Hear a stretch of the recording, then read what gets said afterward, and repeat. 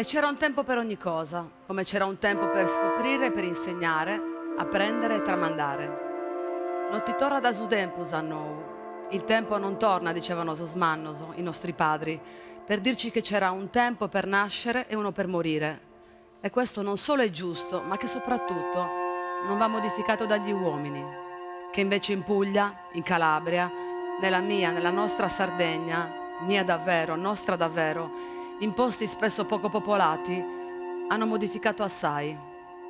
Il tempo non torna, le ferite non guariscono dall'oggi al domani, ma il vento gira e ogni tanto spira dalla parte dei vinti, di chi ostinato non vuole dimenticare. Lo sa il vento come stanno le cose. Vento che nella mia terra racconta migliaia di siti nuragici ancora da scavare.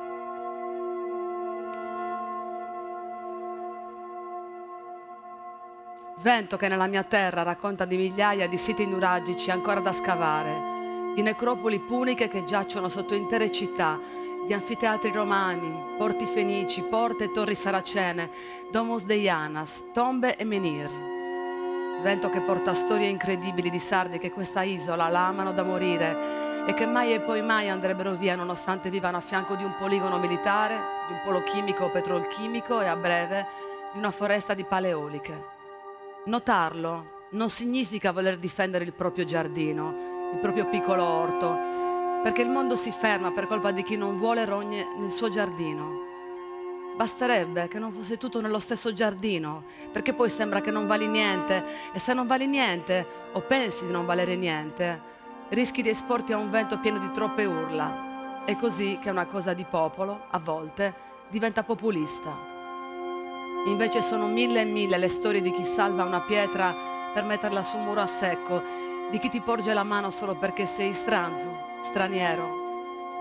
ma ospite. E nonostante lo straniero in Sardegna non abbia portato quasi mai niente di buono, sono mille le storie di chi si interroga sulle energie alternative o combatte contro le centrali inquinanti. Sono le storie dei sardi che dicono sì alla vita nel loro giardino.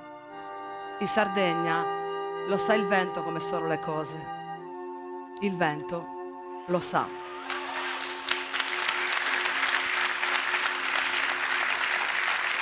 Paolo Fresu.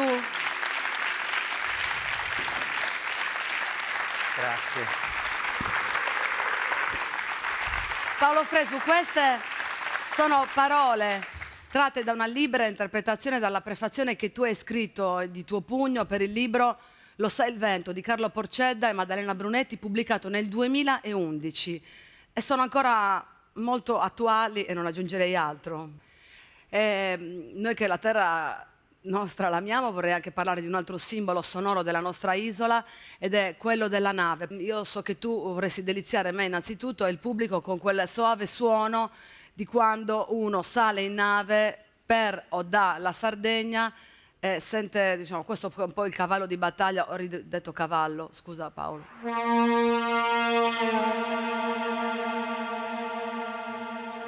È arrivata? Adesso è arrivata tardi, ma è arrivata. Hai altri mezzi di trasporto nel tuo repertorio?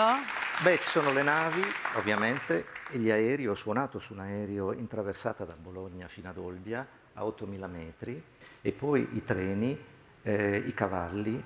Ma sai fare il cavallo e il treno? No, il cavallo no. Però potrei provare a fare questo, vediamo un po'. Che dovremmo capire dal suono.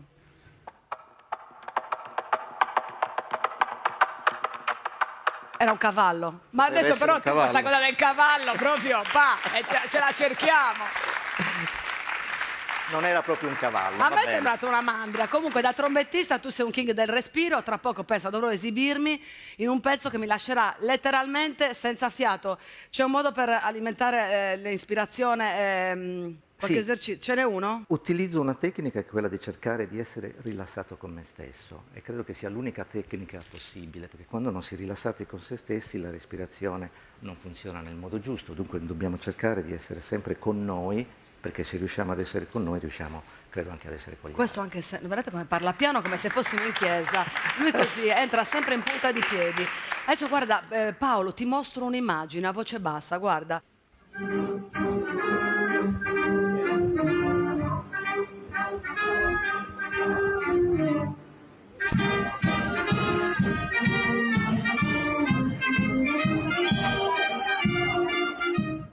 Allora, siamo a Cagliari, questo è il saluto alle forze armate nell'indifferenza degli astanti. Allora, hai una parola o in certi casi è meglio non averne?